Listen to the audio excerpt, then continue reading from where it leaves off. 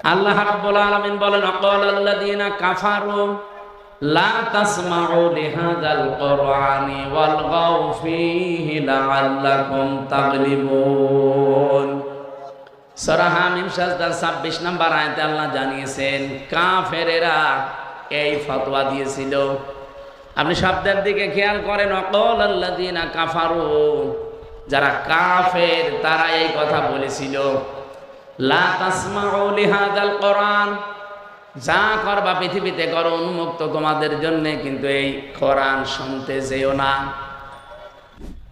মুহাম্মদ যেটা কোরআন দিয়ে বোঝাতে চায় এটা শোনা যাবে না, এটা শুনতেও দেওয়া যাবে না। প্রশ্ন আসতে পারে, শোনা যাবে না, শুনতে দেওয়া যাবে না, এই শব্দ কোথায়? এই যে ওয়ালগাউ ফীহি, শুধু শোনা যাবে না এতটুকু না, কেউ যদি শোনার ব্যবস্থা করে হোসেনাবাদ, এটা কি করে বন্ধ করা যায় সেই ব্যবস্থা করা লাগবে। আর আমার মনে হয় আগস্টের 5 তারিখের আগে হলে এটাও বন্ধ হয়ে যেত। কিভাবে বন্ধ করবেন? হয় ঢোল-ঢোকি তবলা বাজান, এলাকার পরিবেশ নষ্ট করে দেন, ভীতিপূর্ণ অবস্থান তৈরি করেন, 144 ধারা জারি করে দেন, অথবা এমন কিছু শর্ত দেন যেন ওরা কোরআনের মাহফিলের আয়োজন না করে। 14 রকমের শর্ত এর জন্য আমরা দেখেছিলাম যে অমক হুজুর আসলে হবে না, অমক আলেম নিয়ে আসলে হবে না, এই কথা বলা যাবে না, এই কথা বলা যাবে না। এমনকি আমরা এখনো অনেককে কথা বলতে শুনছি যে কোনো আলেম, কোনো ইমাম, কোনো মাওলানা এই দেশে কারো পক্ষে ভোটও চাইতে পারবে না। আমার মনে হচ্ছে যে উনি মনে হয় মালয়েশিয়া থেকে ডিগ্রি নিয়ে এসেছে। মুফাসসিরে কোরআন, মুজাদ্দিদে জামান, ভারতের কামান, বিশাল আলেম না, স্বামী স্ত্রী দুইজন কি ফতোয়া দিচ্ছে দেখেছেন? আমি আজকে ওপেন চ্যালেঞ্জ দিচ্ছি কুষ্টিয়ার বুকে, এটা রেকর্ড হচ্ছে সারা বাংলাদেশের 56,000 বর্গ মাইলে আমি যেখানে যাব, কোরআনের পক্ষে যারা আছে, একামতে দিনের পক্ষে যারা, এদেশে আল্লাহর আইন যাদের দ্বারা কায়েম হওয়ার সম্ভাবনা আছে, তাদের পক্ষে আমি রায় চাবো, সিদ্ধান্ত চাবো, ভোট চাবো। কেউ নিষেধ করলে আমার নিষেধ করেন। কোন মায়ের দুধ খেয়েছি আমি দেখবো, আসেন আমার সামনে, আসেন। আজকে মাইক কেড়ে নেন তো, মাইক আজকে ছেড়ে দিলাম, মা কেড়ে নিন।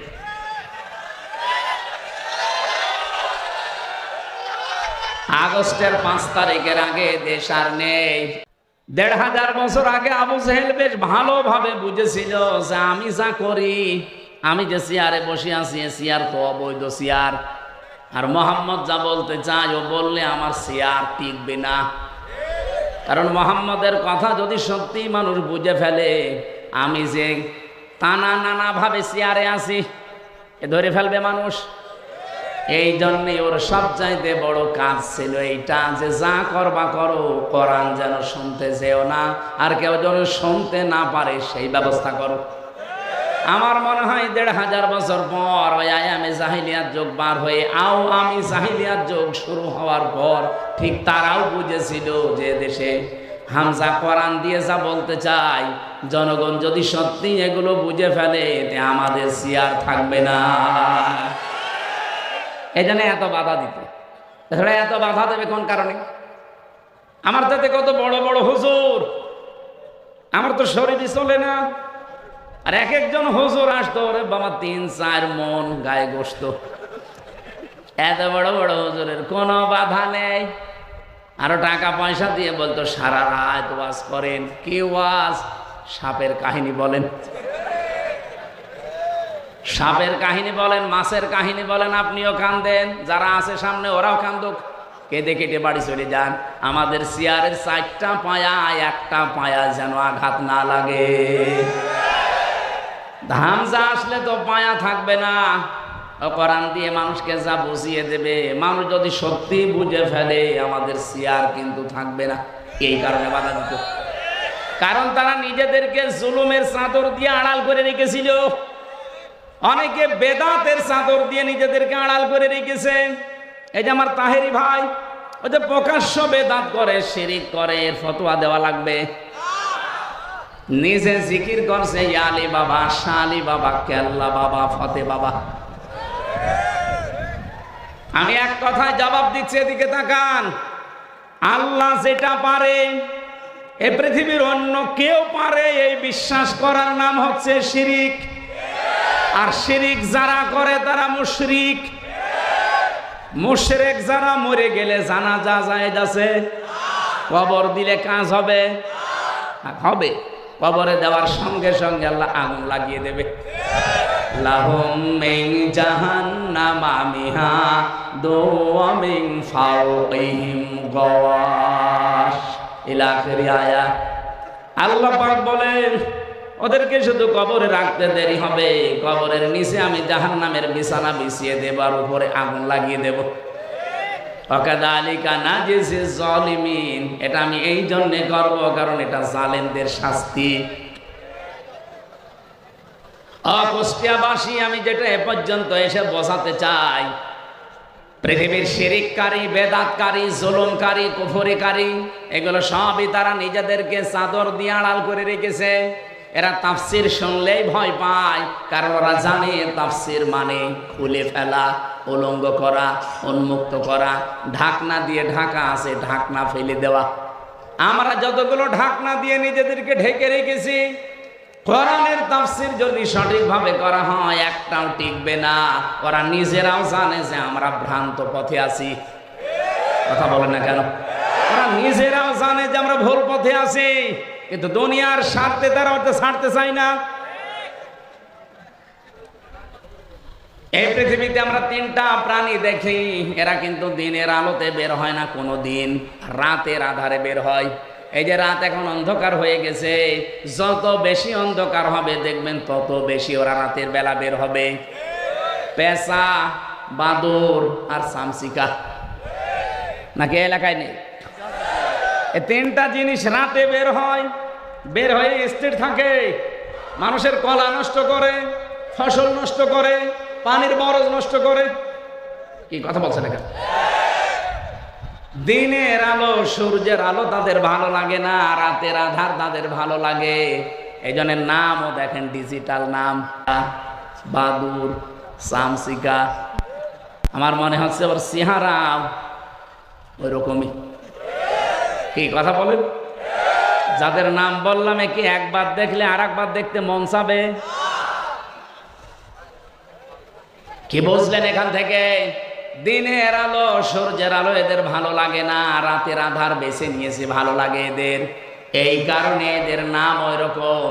এই পৃথিবীতে যারা কোরআনের আলো, দিনের আলো, ইসলামের আলো যাদের সহ্য হয় না, ভালো লাগে না, এরাই কিন্তু অন্ধকারের পথগুলো, বিশেষ করে জুলুমের, কুফরির, শিরিকির, বেদাতের অন্ধকারের পথ বেছে নেয়। বেছে নিয়েই তো স্থির থাকে না। এই পথগুলো বিভিন্ন কায়দায় মানুষকে ক্ষতি করে। শিরিক দিয়ে মানুষের ইমানগুলো ধ্বংস করে দেয়, বেদাতগুলো দিয়ে আমার আল্লাহর রোশামলে মানুষকে ফেলিয়ে দেয়, কুফরি দিয়ে মানুষের ইমানটা নষ্ট করে ফেলে। সব চাইতে বড় বিষয় জুলুম। এই জুলুম করলে মানুষ আর হামসার টার্গেট থাকে না। জুলুম করলে সরাসরি মানুষ আল্লাহর মামলার আসামি হয়ে যায়। এটা আমি বানালাম কোথায়? সূরা শুরা 25 নম্বর পারার 6 নম্বর পৃষ্ঠার 13 নম্বর লাইনের 42 নম্বর আয়াতে আছে। এই 15.5 বছরে যারা জুলুম করেছেন কান খাড়া করে শোনেন। হ্যাঁ, আমি জানি আপনার কাছে এটা পৌঁছাবে।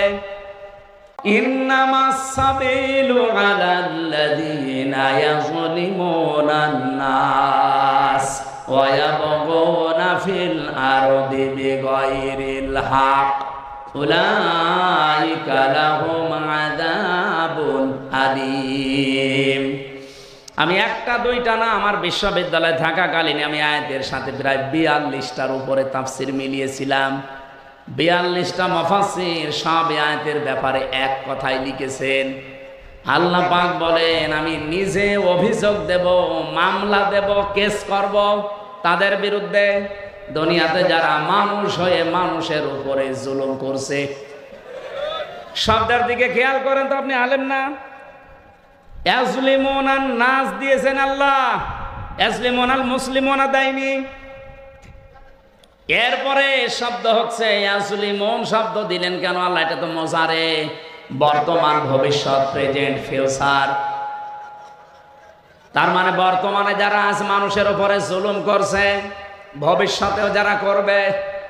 এই যে আমাদের পেছনে ইন্ডিয়া, এই পৃথিবীতে সবচাইতে নিকৃষ্ট মানুষের তালিকায় দুইটা জাতি। এখন আপনি ইন্টারনেট ঘাটেন, গুগলে সার্চ দেন, দেখবেন দুইটা জাতির নাম আসবে, একটা ইহুদি আর একটা মুশরিক। 2 নম্বরে আছে আমাদের পাশের এই প্রতিবেশী, সবাই না, যারা উগ্রপন্থী, যারা ওই মোদির মুরিদ, এরা হচ্ছে আসল জঙ্গি। আল্লাহর ঘর মসজিদ গুলো সব আজ ভেঙে দিচ্ছে ভুয়া ধোয়া তুলে। কি ধোয়া? ভুয়া ধোয়া তুলেছে তারা। বলে 500 বছর আগে এখানে মন্দির ছিল, এই জন্য আমরা ভেঙে দিয়ে মন্দির বানাবো। আরে শয়তান, পৃথিবীতে আর জায়গা পাও না, যত মন্দির তোমার সব মসজিদের নিচে পাওয়া যায়। বিশ্বের মানুষেরা আজ দেখে মাটির নিচে কেউ তেল পায়, গ্যাস পায়, সোনা পায়, রূপা পায়, আরে শয়তানরা মাটির নিচে শুধু পায় মন্দির। তবে যেখানে সেখানে না, শুধু মসজিদের নিচে পায়। এক কথা বলে না, দৌলতপুর থানা হিন্দু নেই বলেন? আমরা আজ পর্যন্ত কোনোদিন আওয়াজ তুলেছি যে এই দেশে যত মন্দির আছে 1000 বছর আগে এখানে আমাদের মসজিদ ছিল, আমরা ভেঙে দেব? তুলেছি? অথচ অলরেডি গতকালকে ওরা অলরেডি দাঙ্গা বাঁধিয়ে দিয়েছে। মুসলমানদের বাপ দাদা, আমাদের পূর্বপুরুষ যারা, তারা ওয়াকফ করেছিল মসজিদ, মাদ্রাসা, খানকা, গোরস্থান, ঈদগাহ, এগুলো সব আজ ওয়াকফ আইনটা বাতিল করে দিয়ে অবৈধ আইন তৈরি করে মুসলমানদের এগুলো সব তারা দখল করে নিচ্ছে।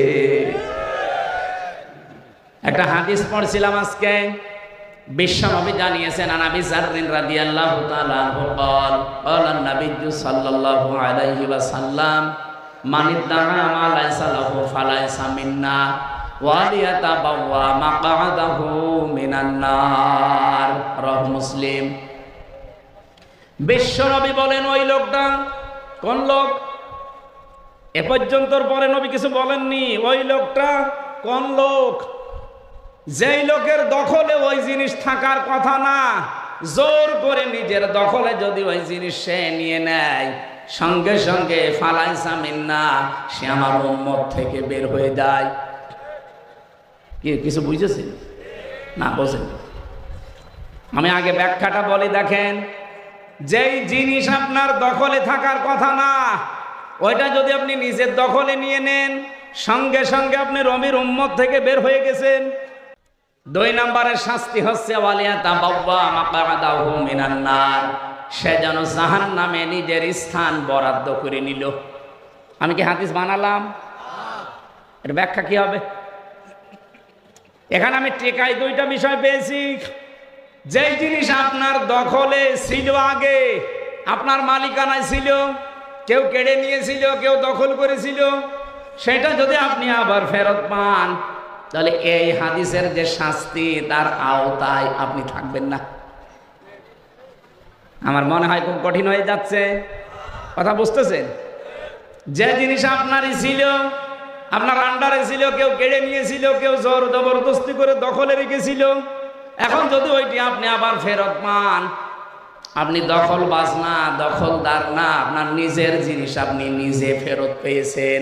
আপনি এই হাদিসের যে প্রথম শাস্তি ফালাইসা মিন্না, সে নবীর উম্মত না, এটার ভেতরে আপনি পড়বেন না। আমি একটা বলছি উদাহরণ, বাংলাদেশে যে ইসলামী ব্যাংক যাদের ছিল, তারা এখন ফেরত পেয়েছে, জবাব দেওয়া লাগবে আপনাকে। আমি যদি বানিয়ে বলি, কিছু ভুল বলি, আপনি ধরিয়ে দেন না, জোর করবেন না, একেবারে লাইন মতো এসে বলেন। ইসলামী ব্যাংক যাদের ছিল তারা ফেরত পেয়েছে, এতদিন যারা কাছে ছিল ওরা দখল করেছিল। এই কথা বলেন না কেন? তাহলে যার জিনিস সে ফেরত যদি পায়, সে যদি নিয়ে নেয়, তাহলে হাদিসের প্রথম যে ব্যাখ্যা ফালাইসা মিন্না, আপনি নবীর উম্মত না, এই আওতায় আপনি নেই, এই শাস্তি থেকে আপনি বের হয়ে গেলেন। কিন্তু যেটা আপনার সত্যি না, আপনি যদি জোর করাটা নিজের দখলে নিয়ে নেন, এই যে আগস্টের 5 তারিখের পরে আমরা বহু মানুষের চরিত্রে এটা দেখলাম, যেটা যার না বাবা শাহজালাল সব হালাল করে নিয়েছে। দৌলতপুরে মনে হয় শুরু হয়নি, এ বলছে না শুরু হয়নি। শুরু হয়নি মানে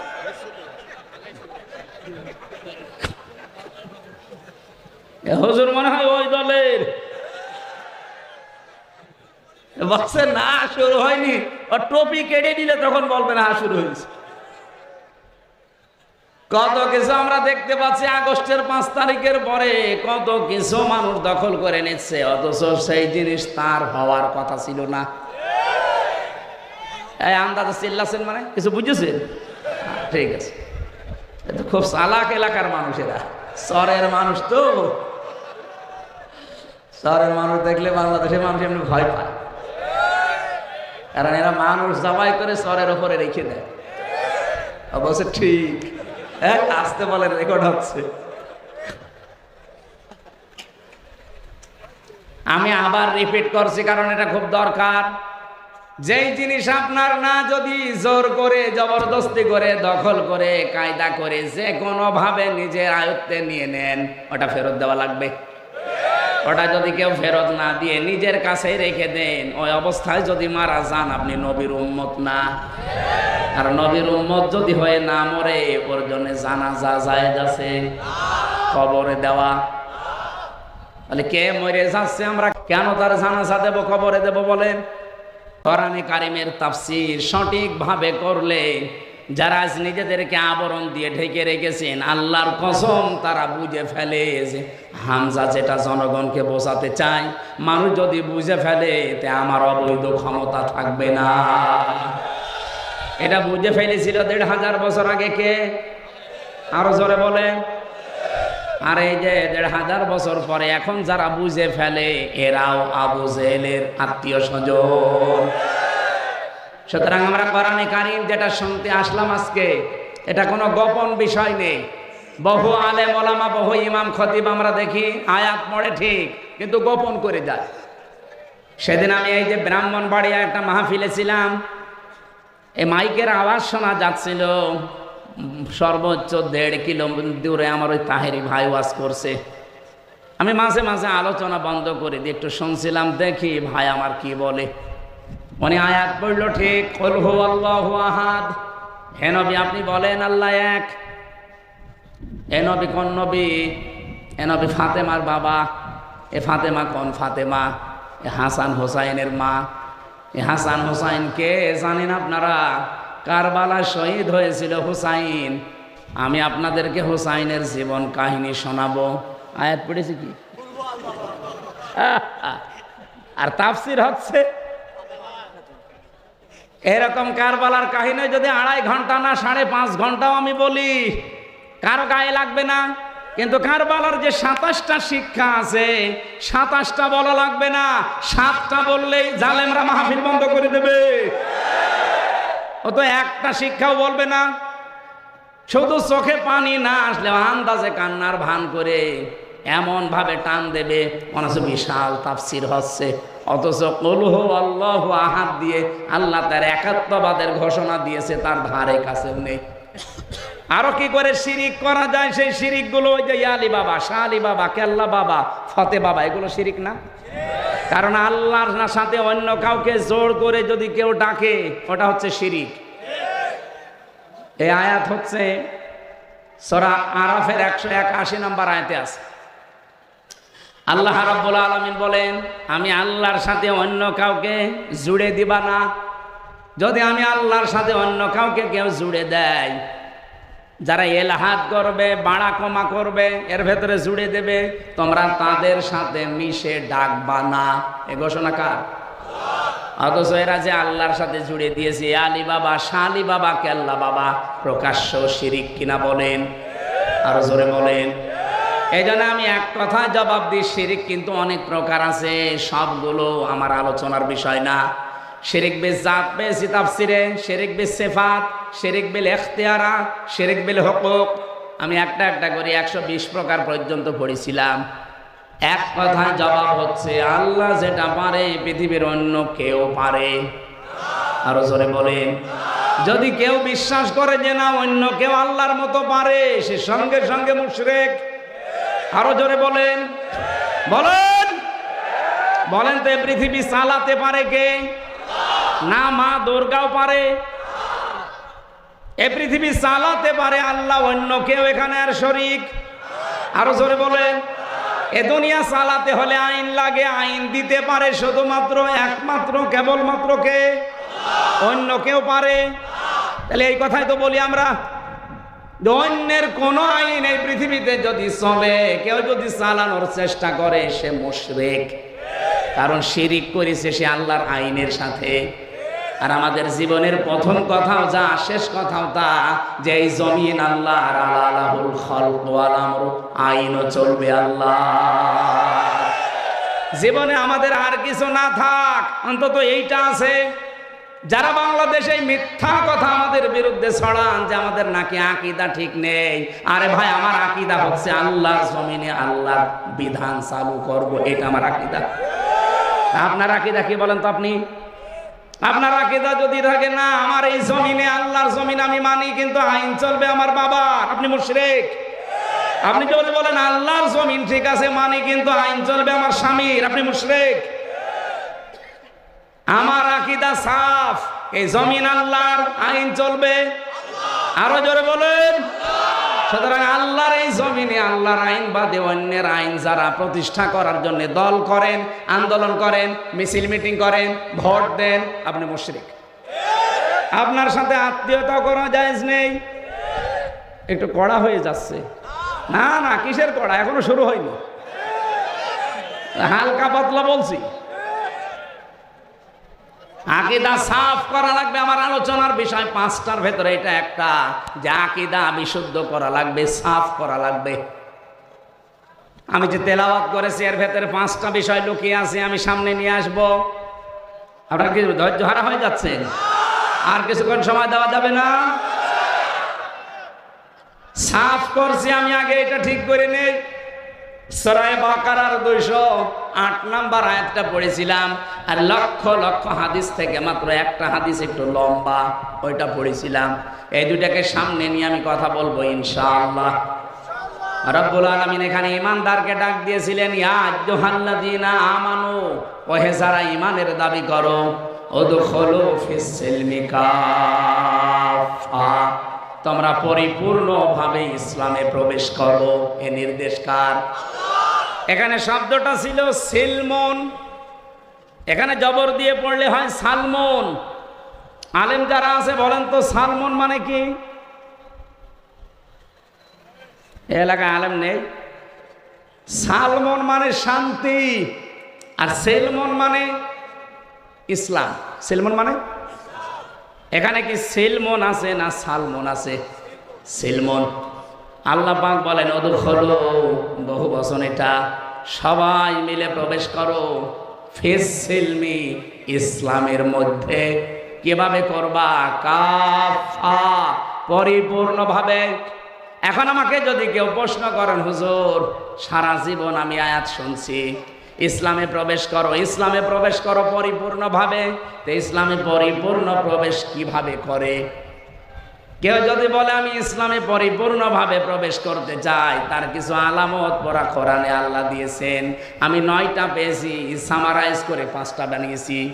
আপনি যদি এই 5টার ভেতরেও নিজের জীবনকে, প্র্যাকটিক্যাল লাইফকে মিলাতে পারেন, আপনি বিশ্বাস করতে পারেন যে আমি ইসলামে পরিপূর্ণ দাখিল হয়ে গেছি। সুবহানাল্লাহ বলতে পারেন না? আর 1 নম্বরে আকীদা বিশুদ্ধ করা লাগবে। এই জন্য এই পয়েন্টটা নিয়েছি। আজ বহু রকমের আকীদা চলছে বাংলাদেশে। এই দেশে যারা একামতে দিন কায়েম করতে চায়, আল্লাহর কসম কোরআন শরীফ আমি সামনে নিয়ে হাতে নিয়ে বলছি, তাদের বিরুদ্ধে একটা মিথ্যা অপপ্রচার করা আছে যে তাদের আকীদা ঠিক নেই। আরে ভাই, আমার আকীদা, আমি সাফ কথা বলছি, আল্লাহর জমিনে আল্লাহর আইন প্রতিষ্ঠা করা, এটা আমার আকীদা। হ্যাঁ, আমার সিস্টেম ভুল হতে পারে। কেউ গণতন্ত্রের নাম দেন, কেউ রাজতন্ত্রের নাম দেন, কেউ খেলাফতের নাম দেন, আমার সিস্টেম ভুল হতে পারে, কিন্তু আমার বিশ্বাসে ভুল নেই। আমি আব্রাহাম লিঙ্কনের গণতন্ত্র আমিও মানি না। জনগণ সমস্ত ক্ষমতার উৎস, এই বিশ্বাস আমারও নেই। আপনার কি মনে হয় জামাত ইসলামের নিবন্ধন বাতিল করে দিয়েছে শুধুমাত্র তারা 71 সালে ভূমিকাটা খারাপ ছিল এই কারণে তাদের নিবন্ধন বাতিল হয়েছে? জীবনও না। এ দেশ তো আর হাসিনা এতদিন চালায়নি, চালিয়েছে ওনার স্বামী। ওনার নামে স্বামী, যিনি উনি এখানে যা বলেছে তাই হয়েছে দিল্লির প্রেসক্রিপশন অনুযায়ী। যারাই বলেছে যে ক্ষমতার উৎস জনগণ নয় আল্লাহ, তাদেরই নিবন্ধন বাতিল করে দিয়েছে। কারণ এখানে একটা প্রকাশ্য শিরিক লুকিয়ে আছে। আপনিও কালকে বলেন যে জনগণ সমস্ত ক্ষমতার উৎস, আমরা মেনে নিলাম, আপনারটা আজকে ফেরত দিয়ে দেবে। এই জন্যই তো বারবার বলছি, সংস্কার যখন আরম্ভ হয়েছে 2732 জন মানুষ যখন অন্তত জীবন দিলই, তাদের জীবনের মূল্য যদি দিতে চান, বাংলাদেশে এই মানানো সংবিধান যেটা শিরিক কুফর দিয়ে ভরপুর করা, এর যতগুলো ধারা আমি পড়েছি অধিকাংশ ধারা কোরআনের সাথে মেলে না। এই কোরআনে আল্লাহ একটা সংবিধান নামে সূরা দিয়েছেন, তার নাম ফুরকান। ফুরকান মানে সংবিধান, আধুনিক অর্থ ফুরকান মানে সংবিধান। এখানে 77টা আয়াত আছে। কয়টা? 73টা ধারা আছে। আপনি তাফসীর বুঝে বুঝে পড়েন। পৃথিবীর কোন এলাকা যদি কেউ ভালো বানাতে চায়, মিনি জান্নাত তৈরি করতে চায়, এই 77টা আয়াতের 73টা ধারা ওই দেশে যদি কায়েম করে দিতে পারেন, ওই এলাকা মিনি জান্নাত হয়ে যাবে। আর আমরা ওইটাই চাচ্ছি। সংস্কার আরম্ভ হয়েছে সেই 2024-এর 5 আগস্ট থেকে শুরু করে বারবার আহ্বান জানাচ্ছি যে সংস্কার করেন, তাড়াতাড়ি করেন। কেউ বলছে না সংস্কার লাগবে না, তাড়াতাড়ি নির্বাচন দেন। নির্বাচন দিয়ে করবো কি? সংস্কার না করে নির্বাচন দিলে আগে যে দিনের ভোট রাতে হয়েছে তাই হবে। কারণ এই যে 1628 জন যারা দায়িত্বে আছে, এরা তো ওই মানুষগুলোই, এই ডিসি সেই ডিসি, এই এসপি সেই এসপি, এই টিওনো সেই টিওনো, এই ওসি সেই ওসি। হ্যাঁ, কুষ্টিয়ার ডিসি গেছে কুমিল্লায়, কুমিল্লাটা গেছে কুড়িগ্রাম, কুড়িগ্রামটা চট্টগ্রাম। এই পার্থক্য। মাল তো সব একই আছে। কি মাল এক নেই? খালি চেয়ার পাল্টিয়েছে। চেয়ার পাল্টিয়ে কি হবে? মাল পাল্টান। খালি জিনিসপত্রগুলো পাল্টিয়ে যারা এতদিন কে বৈষম্যের শিকার ছিল এই 15.5 বছর, তাদেরকে নিয়ে এসে বসান। কালকেই নির্বাচন আমরা মেনে নিচ্ছি, কোনো অসুবিধা নেই। এই জন্য বারবার সংস্কার চাচ্ছি যে সংস্কার যখন সব জায়গায় চলছে, সংবিধানের সংস্কার করে। এখানের ধারাগুলো ডক্টর কামালের লেখা, একটা নাস্তিক, ওর লেখা সংবিধান বাতিল করে দিয়ে কোরআনের সংবিধান, এখানে 92 জন মুসলমান 100 জনের আমরা বাস করি। আমরা কোরআনের এই 73টা ধারার সংবিধান চাই না। আরো জোরে বলেন চাই না। কারা কারা চান কোরআনের সংবিধান? দেখি।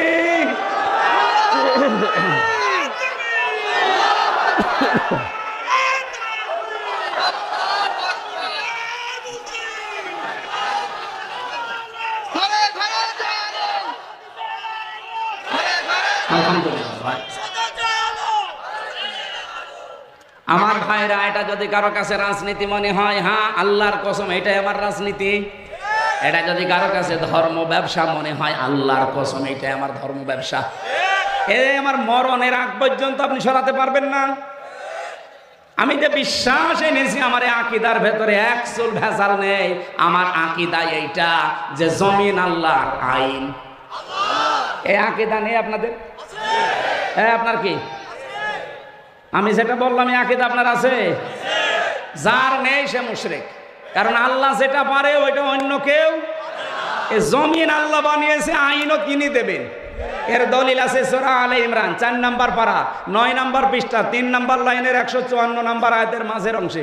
কোন হুজুর নিয়ে আসবেন, নিয়ে এসে তাফসীর মিলান। ইয়াকুলুনা হাল্লানা মিনাল আমরি মিন শাইইন কুল ইন্নাল আমরা কুল্লাহু লিল্লাহ। কারো ফতোয়া লাগবে না। জমিনে যদি কেউ প্রশ্ন করে যে আইন বানাতে পারি, আপনি বলেন না, আইন বানানোর ক্ষমতা কার? এই কথাগুলো বাংলায় বলতে গেলে আপনার কাছে রাগ হয়। আর এই আয়াত দিয়ে যে মাগরিবের নামাজ পড়ালাম, হ্যাঁ এই আয়াত দিয়ে মাগরিবের নামাজ পড়ালাম, কিছুই বলে নাই। যখন বাংলা বলছি বোঝা, অথচ আরবিতে আমার মনে হয় আপনার এই আয়াত না পড়ে যদি গালি দিতাম, আপনি বলতেন হুজুর মনে হয় দোয়া করছে। না ভাই, পাগলামি করলে আর হবে না, সময় চলে যাচ্ছে। সংস্কার আরম্ভ হয়েছে, বারবার দাবি জানাচ্ছি। এখনো চোর মুক্ত হয়নি এই দেশ, এখনো ডাকাত মুক্ত হয়নি, এখনো আন্তর্জাতিক ষড়যন্ত্রের মোকাবেলা আমরা করতে পারছি না। পারবো, এইটার ৭৩টা ধারা আপনি সংবিধানে সংশোধন করে দিন, দেখেন কালকে এই দেশ আল্লাহ নিজে রক্ষা করবে। আফগানিস্তান রক্ষা করছে না? কত বড় বড় পড়া শক্তি সব পালিয়েছে। সবাই এখন পৃথিবীতে তাদেরকে আদর্শ মডেল মনে করছে, ধর্ণা দিচ্ছে। তারা সংবিধান বানিয়েছে কি দিয়ে? ৫৬,০০০ বর্গ মাইল, এটা দিয়ে বানিয়ে দেন। রাজনীতির গন্ধ না খুঁজে এই কাজ করে। আল্লাহর কসম, বাংলাদেশ মিনি জান্নাত হবে, কারণ এদেশের সব আছে। বাইরের দেশগুলোতে যে দেখলাম ওরা খালি দুইটা কাজ করে, এই জন্য তারা দাঁড়িয়ে যায়। মালয়েশিয়া ২০০৪ সাল থেকে দাঁড়িয়ে গেছে। ওদের একটা কাজ আছে, প্রথমে তারা পরিষ্কার পরিচ্ছন্ন খুব, ২ নম্বরে তারা খাদ্যে ভেজাল দেবে না, দুর্নীতি করবে না। যদি দেখে যে কোনো খাবারে ভেজাল দেওয়া আছে, ফরমালিন দেওয়া আছে, ঔষধ দিয়েছে, বিষ দেওয়া আছে, যদি ধরা পড়ে কোনো বিচার নেই, সঙ্গে সঙ্গে মেরে ফেলবে। এইটা আজকে বাংলাদেশে 10টা করে দেখেন, খাদ্যে ভেজাল দেওয়া ওর জীবনও সাহস হবে না। আর খাদ্যে যদি ভেজাল না দেন, শরীরের ভেতরে ভেজাল খাদ্য ঢুকবে না, আপনার শরীর থাকবে নিরাপদ, রোগ থেকে আপনি মুক্ত থাকবেন। আমাদের দেশের রোগ সবগুলো বেশি হওয়ার পেছনে খাদ্যে ভেজাল আর এই যে জার্মগুলো, এই যে বাতাসের ভেতরে যেগুলো উড়ে বেড়ায়। অথচ মালয়েশিয়া বাংলাদেশের চাইতে প্রায় 5 ডবল বড়। এত বড় বিশাল দেশে মাত্র 9 দিনে এলাকা সব ঘুরে আসলাম। সিঙ্গাপুর খুব বড় না, এটা বাংলাদেশের একটা জেলার অর্ধেক। এই কুষ্টিয়া জেলার অর্ধেক হবে সিঙ্গাপুর, 44 কিলো এদিক ওদিক। আমার মনে হয় কুষ্টিয়ার এ মাথা থেকে ও মাথা প্রায় 70-80 কিলো হবে, হবে না? এই দৌলতপুরের একেবারে তেকালা থেকে শুরু করে ওই খোকসার একেবারে শেষ ওই জানিপুর পর্যন্ত আপনি হিসাব করে দেখেন, পুরাটা 60-70 কিলো হয়ে যাবে। সেই হিসাবে সিঙ্গাপুর মাত্র 44 কিলোমিটার এদিকে ওদিক মিলে। অথচ বিশ্বে 257টা রাষ্ট্রে তাদের দাপট কি? দুর্নীতি মুক্ত যদি আমরা হতে পারতাম, আর ওই মানুষগুলোকে যদি সামনে এখন বসাতে পারতাম, কিচ্ছু লাগবে না। এই দেশে শুধু পাচার হওয়া টাকাগুলো নিয়ে এসে দেন, আর মাওলানা মতিয়ার রহমান নিজামের মতো মন্ত্রী তৈরি করেন, মন্ত্রিত্ব চালিয়ে 26 টাকা ফেরত দেবে। পৃথিবীর ইতিহাস পাল্টিয়ে দিয়েছে। দুর্নীতি মুক্ত মন্ত্রী এই দেশে ছিল না? ছিল না? অনবীক্ষণ যন্ত্র দিয়েও 1 টাকা দুর্নীতি পায়নি। আর এমন মন্ত্রী 620টা বাড়ি শয়তানি। কত? 620টা বাড়ি পালিয়েছে এখন। সেদিন গিয়েছিলাম, সে দেখি থাইল্যান্ডে, হ্যাঁ থাইল্যান্ডে, পড়ে আছে। ওপর থেকে নামছি, হোটেল থেকে নেমে দেখি বসে আছে, চা খাচ্ছে। কি বলছো? হুজুর আমি আগেই পালিয়েছি। আগে পালাবেন কেন? আপনি পালাবেন কেন? আপনার না 620টা বাড়ি, আপনি এই 9 মাস থাকলে আরো 500 বাড়ি বানিয়ে ফেলতেন। একটা মানুষের বাড়ি লাগে কত বলেন তো? হ্যাঁ, তাও ভূমি মন্ত্রী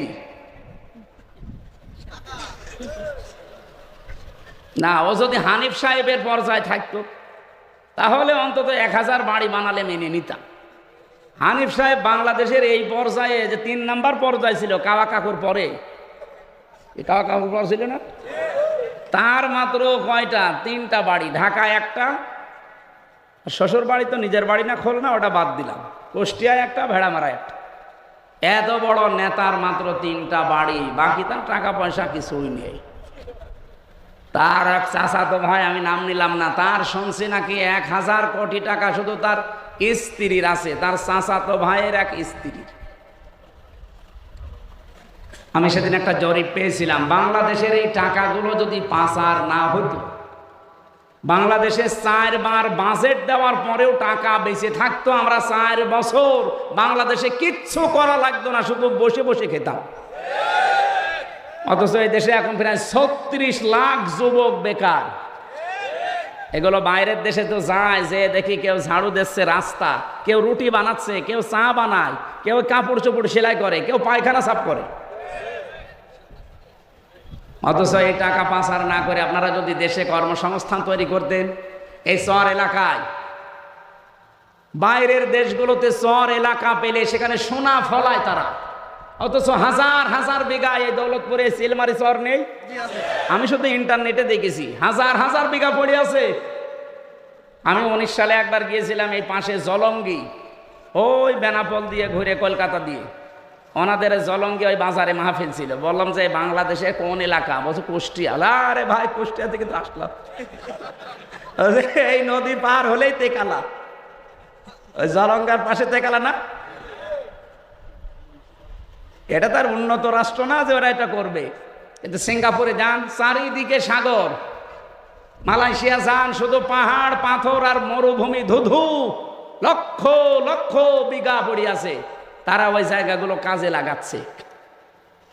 এরপরে থাইল্যান্ডে যান, এই বাহরাইনে গিয়েছিলাম, এই রাষ্ট্রগুলো আজ দাঁড়িয়ে যাচ্ছে। এইরকম চর অঞ্চলগুলো যদি টাকাগুলো পাচার না করে, এখানে ইনো সাহেব আর হানিফ সাহেব যেহেতু দুইজনে এলাকা, ওনারা যদি এই টাকাগুলো কাজে লাগাতো, আজকে জেলেও থাকা লাগতো না, দেশ থেকে পালানো লাগতো না। অন্তত অন্য কেউ পালালে আপনাদেরকে পালানো লাগতো না। কি করলেন? নিজে টাকাগুলো এখন ভোগও করতে পারছেন না, আর আমাদের মাথার উপরে ঋণের বোঝা দিয়ে গেলেন। বাংলাদেশে এখন একজন মানুষের মাথার উপরে 1,02,000 টাকা ঋণ। এখন যদি কেউ জন্ম নেয়, তার মাথার উপরে 1,02,000 টাকা অন্তত সে ঋণ নিয়ে দুনিয়া আসতেছে। এরকম একটা রাষ্ট্রে আমরা বাস করছি। আফসোস লাগছে আমার। সেদিন মালয়েশিয়ায় ইসে যাচ্ছিলাম, এই যে মৌলভীবাজার যাওয়ার সময় যে পাইলট এই হেলিকপ্টার নিয়ে যাচ্ছিল ওনারা, ওই যে হুক আছে না দরজা, পাইলট আমারে বলছে, হুজুর সাবধানে বসেন, হুকের ওপরে যেন হাত না লাগে, তাহলে খুলে কিন্তু পড়ে যাবে। মনে মনে একটু চিন্তা আসলো, আল্লাহ, আগস্টের 5 তারিখে যে 2 জন চলে গেল, এদের জন্য একটু হুকটা খুলেছে, আর যদি আমার সামনে পড়তো আমি একটু দোয়া করে দিতাম। এ পাশের উপর না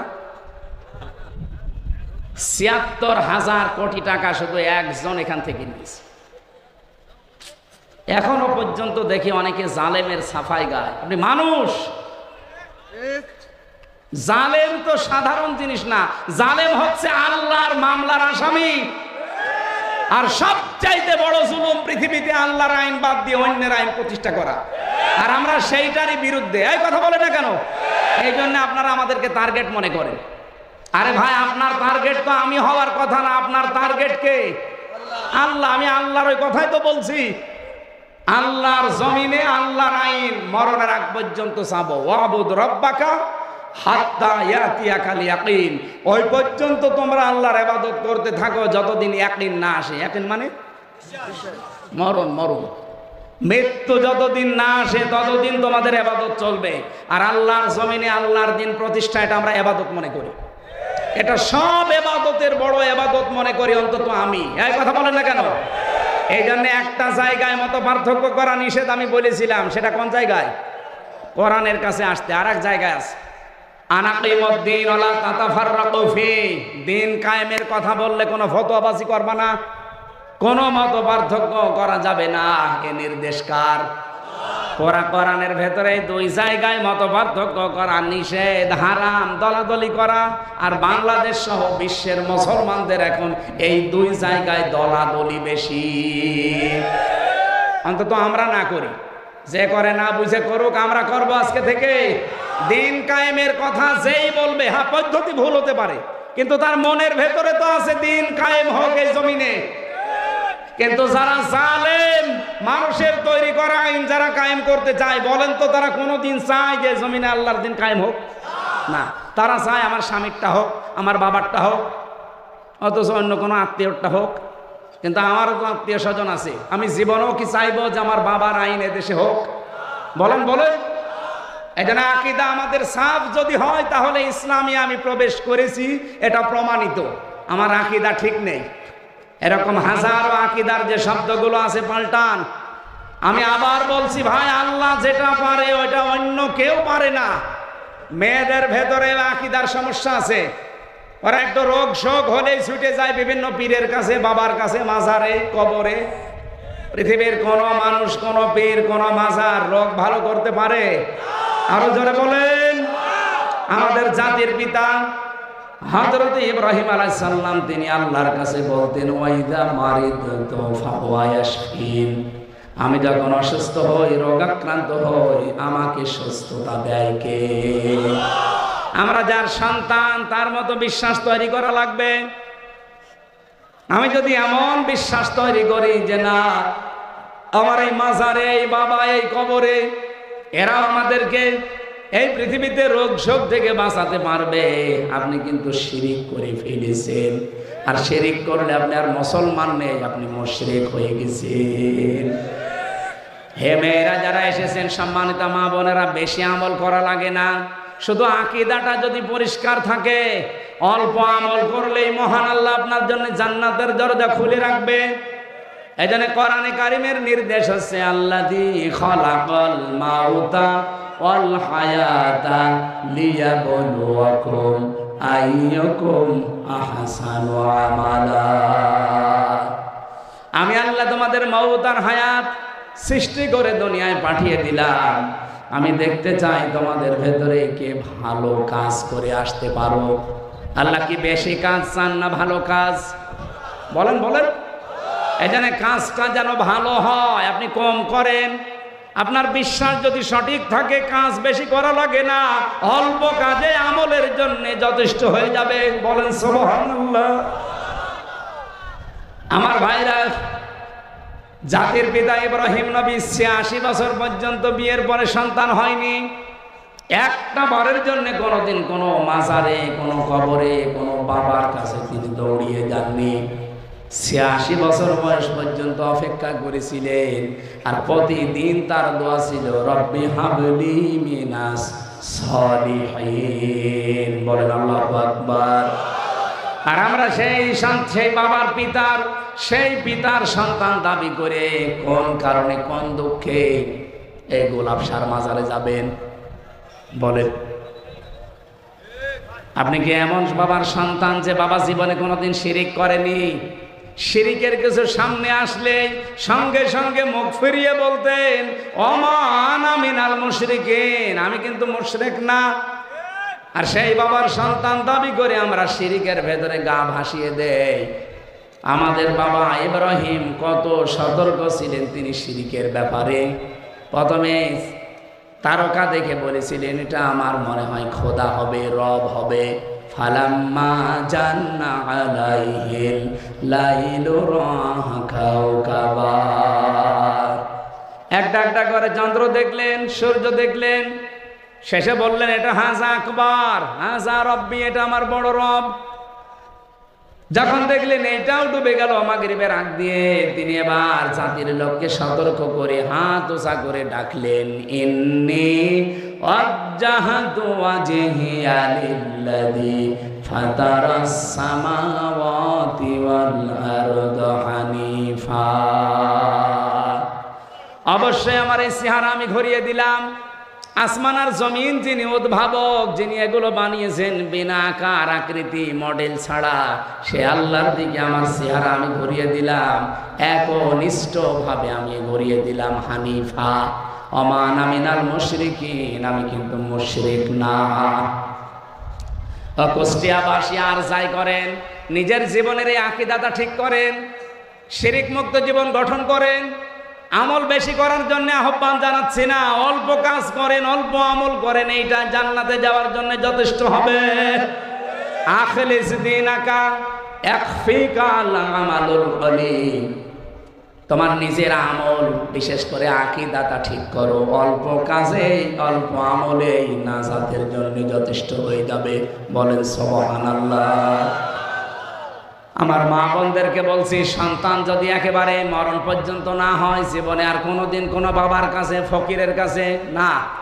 হ্যাঁ, যদি আপনার রোগ থাকে চিকিৎসা করান, চিকিৎসার জন্য যদি ঝাড়ফুঁক নেওয়া লাগে ঝাড়ফুঁক নেন, কিন্তু তাবিজ কবজ নেবেন না। তাবিজের ভেতরে শিরিকের গন্ধ পাওয়া যায়। আব্দুল্লাহ বিন মাসউদ থেকে বর্ণিত, তিনি বলেন তাবিজ ঝোলালো যে সে যেন আল্লাহর সাথে শিরিক করলো। বলেন নাউজুবিল্লাহ। আমার বাস্তব জীবনের একটা কাহিনী শিক্ষার জন্য মাঝে মাঝে আপনাদের শোনাই। বগুড়াতে এক মাহফিলে খাবার খাচ্ছিলাম, একটা লোক এসে বলছে, হুজুর এই আপেলটা পড়ি দেন, ছেলে মেয়ে হয় না। আমি সূরা ফাতিহা পড়ে ফু দেব, আমার কানের কাছে মুখ নিয়ে বলছে, হুজুর এমন ভাবে আপেল পড়বেন যেন ছেলে হয়। মনে হচ্ছে ছেলে আমি তৈরি করি। আপেল দিলাম ফেলে, আচ্ছা আপেল কই, ফেলে দিস কেন? আরে ভাই আপেল পড়ে যদি ছেলে হয় তা আমার ম্যাডামের 3টে মেয়ে হইতো না? খালি আপেল খাওয়াতাম। কি বিশ্বাস দেখিছে, মনে কর যে আমি রামজারে দিয়ে আপেল পড়ালে এতদিন মেয়ে হয়েছে, এখন মনে হয় ছেলে হবে। ছেলেকে আমি ডাউনলোড করে দেব। আকীদা সাফ করা লাগবে।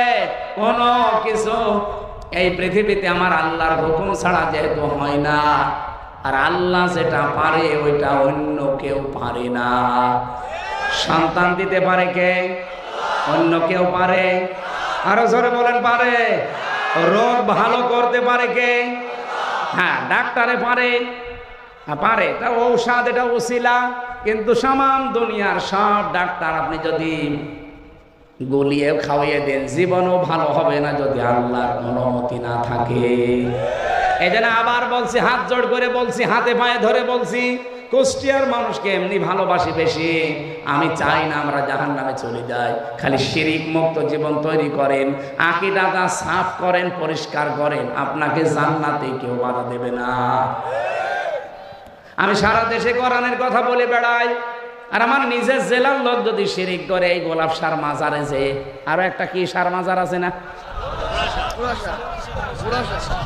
ঘোড়া গরু ভেড়া ছাগল সব মরে আল্লাহর ওলি হয়ে যাচ্ছে। আমি কি করছি? কিসের ঘোড়া শাহ, কিসের হরিণ শাহ, সব বানানো। কবর খুঁড়ে দেখবেন কোনো আল্লাহর ওলি নেই। ওই ঘোড়া মরে গেছে, বানিয়ে ঘোড়া শাহ বানিয়ে দিয়েছে। কোন ঘোড়া শাহ, কোন গোলাপ শাহ, কোন লালন শাহ, কোন শাহর কবরে যাওয়ার দরকার নেই। যদি কিছু লাগে তাহাজ্জুদের নামাজে বড় করে সেজদা দিয়ে চোখের পানি ফেলে আল্লাহকে বলে। হ্যাঁ কথা বলেন না কেন? অনেকে রাসূলুল্লাহর মহব্বতে অনেকে শিরিক করে ফেলে, বিশ্ব নবী তুলতে তুলতে আল্লাহর উপরে তুলে ফেলে। আমি মদিনা শরীফে শুধু হাত তুলেছিলাম নবীর রওজার পাশে, এভাবে আমি মোনাজাতটা এভাবে করতে করতে এভাবে হয়ে গেছে। আমি তো মানে আবেগে আছি। হঠাৎ পুলিশ সেখানে ছিল দাঁড়িয়ে, আমার হাতের উপরে লাঠি দিয়ে দিয়েছে, আস্তে করে মৃদু বাড়ি। হাত খুলে চোখ খুলে দেখছি পুলিশ। কি ভাই? ওনারা জিজ্ঞাসা করলাম ওনার ভাষা দিয়ে আরবিতে, বেমা মুশকিলা। আমার বলছে মুশকিল তো আছেই। কি মুশকিল? সমস্যা কি? ওর ভাষা দিয়ে আমারে বলছে, কেন আপনি এখানে চান? আপনার যদি কিছু লাগে তে নবীজির কাছে যাবেন কেন? আপনি তো যাবেন নবীজির মালিক যিনি। আপনার কিছু লাগলে আপনি যান, কাবা শরীফের দিকে মুখ করেন, আল্লাহর কাছে বলেন। একটা পুলিশ আকীদা কি সাহাব দেখেছেন? আর সেদিন নাটোর থেকে আসছিলাম, পুলিশ আমার গাড়ি থামিয়ে বলছে, হুজুর দাঁড়ান। কি? গাড়ির সামনে যেমন নাম লেখা আছে, দেখে গাড়ি দাঁড় করিয়েছে। কি হয়েছে? এমন অনেক কাগজপত্র দেখবে না। জামার বোতাম খুলে বলছে, হুজুর ফু দিয়ে দেন। কেন? বলছে ডিউটি করছিলাম, হঠাৎ দেখলাম তাল গাছের ভেতরে কি যেন নড়ি উঠেছে। তাল গাছের ভেতরে কি নড়ে উঠে ও ভয় পায়। ভয় তো এমনি পায়নি, কারণ আছে। কি কারণ বলবো? এটা কিছুক্ষণ আগে যিনি কথা বলছিলেন মাওলানা ইয়াসির, মাওলানা ইয়াসির শেষের দিকে আমি আসার সময় এই বাক্যটা শুনলাম যে বিশ্বনবী যেদিন নবুয়ত পাওয়ার পরে বাড়িতে এসেছিলেন, স্ত্রীকে ডাক দিয়ে বলেছিলেন, সাম্মিলুনি সাম্মিলুনি ইয়া খাদিজা, বলেছিলেন না? কি এর ভেতরে কিছু পেয়েছেন জীবনে?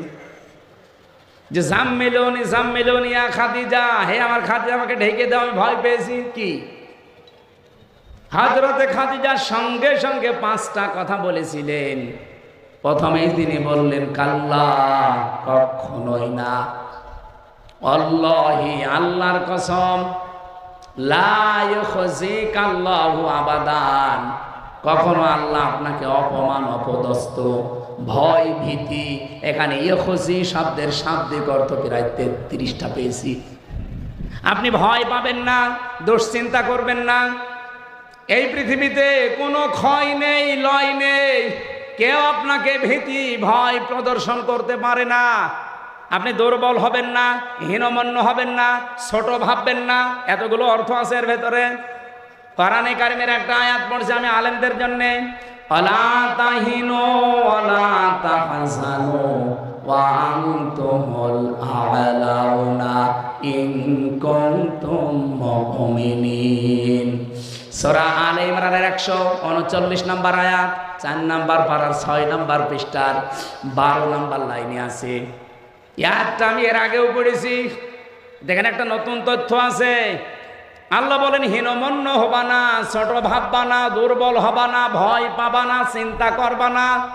ওয়া আনতুমুল আ'লাউনা শব্দটা কিন্তু আরবি গ্রামার যারা পড়ায়, যারা বালাগাত মানতেক বোঝে, আমি আলেমদেরকে বলছি, আপনি জিজ্ঞাসা করে দেখেন এই আয়াতটা কিন্তু ঠিক নেই। ওয়া আনতুম আ'লাউনা, এই শব্দটা যদি আ'লাউনা দিতেন, আলিফ লাম না দিতেন, তাহলে আরবি গ্রামারের জন্য ঠিক থাকতো। কারণ মুবতাদা সব সময় মারেফা হয় আর খবর হয় সব সময় নাকেরা। আল্লাহ এখানে নাকেরাকে আলিফ লাম দিয়ে মারেফা করে দিলেন। নাকেরা যদি মারেফা হয়ে যায় ইফিদুল হাসরা, হসরের ফায়দা দেয়। আয়াতটা যদি আল্লাহ এইভাবে সাজাতেন, ওয়ালা তাহিনু ওয়ালা তাহজানু ওয়া আনতুম আ'লাউনা, অর্থ হয়ে যেত। কিন্তু অর্থ হতো বাংলায় এই শেষে যে হর্ষাই আছে, তোমরাই বিজয়ী হবে। এই যে তোমরাই শেষে হর্ষাই আর বিজয়ী হবে শেষে হর্ষাই, এই দুইটা দেওয়া লাগতো না? তোমরা বিজয়ী হবে, বলেন তো, তোমরা বিজয়ী হবে আর তোমরাই বিজয়ী হবে একই কথা না? ইফিদুল হাসরা, হাসরের ফায়দা দেয়, সীমাবদ্ধ হয়ে যায়। আল্লাহ রাব্বুল আলামিন বোঝাতে চেয়েছেন, হে নবী উম্মতদেরকে বলেন কোনো চিন্তা নেই, কোনো ভয় নেই, ছোট ভাববেন না নিজেদেরকে, হীনমন্য হবেন না, নিজেদেরকে কমজোরি মনে করবেন না, কখনো কোনো দুশ্চিন্তাগ্রস্ত হবেন না। অবশ্যই আপনারা বিজয়ী হবেন ইন কুনতুম মুমিনিন, যদি মুমিন হতে পারো। যদি ইমানে ভেজাল থাকে তাহলে হবে না, যদি বিশ্বাসে ভেজাল থাকে হবে না। এজন্য আকীদাটা সাফ করেন, আমি আল্লাহ বলছি তোমরাই বিজয়ী হবে। এখানে এই জন্য আ'লাউনার আগে আলিফ লাম দিয়ে আল্লাহ নির্দিষ্ট করে দিয়েছেন, যদিও নাকেরাটা নির্দিষ্ট হওয়ার কথা ছিল না। নবীজিকে এখানে আল্লাহর নবীর স্ত্রী কথা বলতে গিয়ে শব্দের দিকে খেয়াল করে একটু দেখেন, কাল্লা আল্লাহি লা ইউখজিকাল্লাহু আবাদান। অথচ ওই সময়ও খাদিজা মুসলমান হয়নি, ওই সময়ও ঈমান আনেনি, উনি অতক্ষণও কিন্তু মুশরিক ছিলেন। উনি ওই সময়ও যদিও শিরিক প্রচলিত করতেন না, কিন্তু ওই সময় তো ঈমান আনেননি। খাদিজাকে ওই সময় ঈমান এনেছিলেন। যখন নবীজি নবুয়ত পেয়ে আসলেন তখন ঈমান এনেছিলেন? আনেন নাই। প্রথমেই তাকে সান্ত্বনা দিলেন, স্বামী কোনো ভয় নেই, কোনো চিন্তা নেই, ওই আল্লাহ কখনো আপনাকে ভয় দেখাতে পারে না, আল্লাহর কসম। অনেকে মুসলমান, বলেন বলেন, কসম কাটলেন কার নামে? কয়বার? 3 বার। কাল্লা, প্রথমে আছে আল্লাহি, কাল্লা লা ইউখজিকাল্লাহু আবাদান, 3 বার। এতটুকু বাক্যের ভেতরে হযরতে খাদিজা আল্লাহর নাম বললেন কয়বার? বলেন বলেন। কেন? এরপরে তিনি একটা একটা করে 4টা সুসংবাদ দিলেন স্বামীকে। ইন্নাকা লা তাসিলুর রহিমা, আপনি আত্মীয়তার সম্পর্কগুলো ঠিক রাখেন। একথা শুধু শুধু বলেননি, গ্যারান্টি দিয়ে বলেছেন। ইন্নাকা, আবার লা, ইন্নাকা, এরপর আবার লা, লামে তাকিদ। অবশ্যই অবশ্যই আপনি আত্মীয়তার সম্পর্ক ঠিক রাখেন। সুতরাং পৃথিবীতে যারা রক্তের সম্পর্ক ঠিক রাখে তাদের কেউ ভয় দেখাতে পারে না। আপনি ভয় পান কিসের? ওই পুলিশ মনে হয় ওর আত্মীয় স্বজনের হক মেরে খেয়েছে, আত্মীয়তার সম্পর্ক, রক্তের সম্পর্ক ঠিক রাখে নাই, এই জন্য তাল গাছের ভেতরে কি নড়ে উঠেছে, ওর ভয় লেগেছে। আপনি ট্রাকের চাকা বাস্ট হলেও ভয় পাবেন যদি রক্তের সম্পর্কগুলো আপনি ঠিক রাখতে না পারেন। আমি কথা বোঝাতে পেরেছি আশা করছি। এই জন্য আজকে থেকে আমাদের রক্তের সম্পর্ক যার সাথে আছে, আত্মীয় যদি দুর্বল হয়, গরিব হয়, সম্পর্ক ছিন্ন করা যাবে? বলেন বলেন, যাবে? বহু মানুষ আজ আমরা ছিন্ন করছি কাদের কারণে? স্ত্রীর কারণে। বহু স্বামী এখানে বসে আছে, দেখতে ভালো মানুষ মনে হলে কি হবে? নিজের স্ত্রীর কারণে নিজের আপন বোনের সাথে সম্পর্ক ভালো না। এই কথা বলছে না কেন? সম্মানিত মা বোনেরা, শুধু নামাজ পড়ে রোজা রেখে কালো বোরকা পরে জীবনও জান্নাতে যেতে পারবেন না। আপনার স্বামীর যদি আপনি চান যে বেশি দিন বেঁচে থাক আমার স্বামী, তার সম্পদ, তার সম্মান আরো বেড়ে যাক, আপনি সব সময় চিন্তা করবেন স্বামীকে দিয়ে যে তুমি যা করো করো, কিন্তু সম্পর্কগুলো ঠিক রাখো রক্তের। কিন্তু আজ 100টার 98টা পরিবারে আমরা স্ত্রীর কারণে আর শাশুড়ির কারণে আমার নিজের বোনের সাথে, ভাইয়ের সাথে সম্পর্ক রাখতে পারি না। এরকম মানুষ আছেন কারা? হাত তোলেন তো। এই আছে আছে। সম্মানিত মা বোনেরা, না আপনারা কুষ্টিয়ার মেয়ে, বাইরের জেলা থেকে এসেছেন যারা, তারাই মনে হয় এগুলো করছে। হয়তো বলছে হ্যাঁ ঠিক, কুষ্টিয়ার মেয়েরা তো এত ছোট মনের না। সম্মানিত মা বোনেরা, আমি অন্য জেলার কথা বাদ দিলাম, পাশেই মনে হয় পাবনা, রাজশাহী, এদিকে মেহেরপুর, চুয়াডাঙ্গা, রাজবাড়ি। চুয়াডাঙ্গায় নেই, ওটার বাড়ি চুয়াডাঙ্গায়। কুষ্টিয়ার মেয়েরা যারা এসেছেন, আপনাদের হাতে পায়ে ধরে বলছি, মা, মেয়ে, বোন, ফুফু যাই বলেন, বাইরের জেলায় যান, নিজের জেলায় থাকেন, স্বামীকে সব সময় উদ্বুদ্ধ করবেন যে তুমি যদি বেশি দিন বেঁচে থাকতে চাও আর সম্পদ আর সম্মান দুনিয়ায় কামাতে চাও, সম্পর্কগুলো ঠিক রাখো রক্তে। আমার কথা শুনে তুমি কিছু করতে যাবা না, এরকম মহিলা আমরা তৈরি করতে চাই না। সম্মানিত মা বোনদেরকে আল্লাহ এরকম উদার মনের হওয়ার তৌফিক দিন। তাহলে এই মেয়েরা বাইরের জেলায় গেলে, বাইরের কোনো জায়গায় স্বামীর বাড়িতে গেলে জেলার সুনাম হবে যে না, বিয়ে করতে চাইলে কুষ্টিয়ায় করবে। আমাদের কপাল ভালো কি খারাপ আমরা জানি না, বাইরের জেলায় বিয়ে করে, এটা তার মাইকে বলা যাচ্ছে না। ভালো আছি আলহামদুলিল্লাহ। মেয়েদেরকে বলছি, সম্মানিত মা বোনেরা, মন উদার করবেন। আজ হাজারো স্বামী আমরা মানসিক রোগী হয়ে গেছি আপনাদের ছোট মনের কারণে। এরকম রোগী স্বামী আছেন কারা? হাত তোলেন। এই ক্যামেরা ওইদিকে মারো, তোলেন, কোনো ভয় নেই, তোলেন। ক্যামেরা আমার দিকে মারা, তোলেন আপনি। কুষ্টিয়া জেলা ভালো, আগেও জানতাম, যে এত ভালো তা তো জানতাম না। আলহামদুলিল্লাহ। যাক, এবার মিডিয়ায় প্রচার হচ্ছে, আমার একটা দাম থাকবে, সারা বাংলাদেশে গেলে বউ কুচো করে বলতে পারবো আমার জেলা 1 নম্বরে আছে। এখানে কোনো মানুষ বাবা মা থেকে আলাদা হয় না, শুধু দৌলতপুরে হয়। না মানে পেপারে আসে কি, ফেরেশতারা দেয়। আমাদের জাতির পিতার সন্তান হযরত ইব্রাহিমের ছেলে ইসমাইল বাবার খুশির জন্য নিজের স্ত্রীকে তালাক পর্যন্ত দিয়েছিলেন। অথচ আজ এই যে রাজশাহীতে দেখেছেন না, 2 পুত্রবধূর সাথে শ্বশুর ঝগড়া করে টেনের নিচে মাথা দিয়েছে। তো এরকম বউ তো 14টা বাদ দেওয়া দরকার। সম্মানিত মা বোনেরা, বেশি বলে ফেললাম, আপনারা মন খারাপ করবেন না। আমি জেলখানায় থাকতে 3টা বছর যেহেতু বসেছিলাম এক ঘরে, কষ্ট করে করে কয়েকটা বই মেয়েদের উপরে লিখেছিলাম, পারিবারিক জীবনে যে অশান্তি আর এর মেটানোর পদ্ধতিগুলো কি কি। এটা এই গাড়িতে কয়েক পিস আছে, মেয়েদেরকে নিয়ে উপহার দেবেন। নিজের মেয়ে বিয়ে হয়নি এখনো, তারে পড়াবেন। স্বামীর বাড়ি যাওয়ার আগে এটা পড়, 120 পৃষ্ঠা লিখেছি। এরপরে নিজের বউকে পড়াবেন, নিজের ফুফুকে দেবেন, নিজের মাকে পড়াবেন। ওই যে গাড়ি আছে সাদা গাড়ি, যাওয়ার সময় ওটা নিয়ে যেয়ে ওদেরকে দেবেন। আর শিক্ষিত মানুষ যারা আছেন, বিশেষ করে 8, 9, 10, এরপরে ইন্টার, ডিগ্রি যারা অনার্স মাস্টার্স করা, তাদের সৃষ্টি নিয়ে একটা বই লিখেছি, ওইটা নিয়ে যাবেন শিক্ষিত মানুষরা। আরে ভাই, বই মানুষকে ঠকায় না, এগুলো পড়েন, আপনার জ্ঞান আরো বাড়বে, আল্লাহর কাছে আপনি সেজদা দিতে বাধ্য হবেন। আমি যে কথা বলছিলাম মানুষের ভেতরে ভীতি সৃষ্টি হওয়ার পেছনে কারণ মানুষের এই আকীদা, এই যে পরিষ্কার না হওয়া, এবং যারা রক্তের সম্পর্কগুলো ছিন্ন করে, হযরতে খাদিজা রাসূলকে এটাই শুনিয়েছিলেন, ভয় পাবেন না, আপনি রক্তের সম্পর্ক ঠিক রাখেন, পৃথিবীর কোনো জিন পরি ভূত পেতনি আপনাকে ভয় দেখাতে পারে না। আপনিও ভয় পাবেন না যদি রক্তের সম্পর্ক অটুট রাখতে পারেন। আমি সহ যারা এসেছি মা বোনদেরকে আমি সাহায্য করার জন্য বলছি, আর আমরা উদ্বুদ্ধ হচ্ছি প্রত্যেক জায়গায় আমাদের রক্তের সম্পর্ক যেন ঠিক থাকে। পারবেন না এই ওয়াজটা মনে রাখতে, আমল করতে? আল্লাহ তৌফিক দিন। 5টা বিষয় যদি থাকে ইসলামে পরিপূর্ণ আসা যায়। আকীদা সাফ, 2 নম্বরে আত্মসমর্পণ করা, এটা সূরা বাকারার 131 নম্বর আয়াতে দলিল আছে। 3 নম্বরে চরিত্র উন্নত করা, উত্তম চরিত্রের অধিকারী হওয়া। 4 নম্বরে প্রত্যেকটা কাজে ইখলাস তৈরি করা, যা করবেন আল্লাহর জন্য।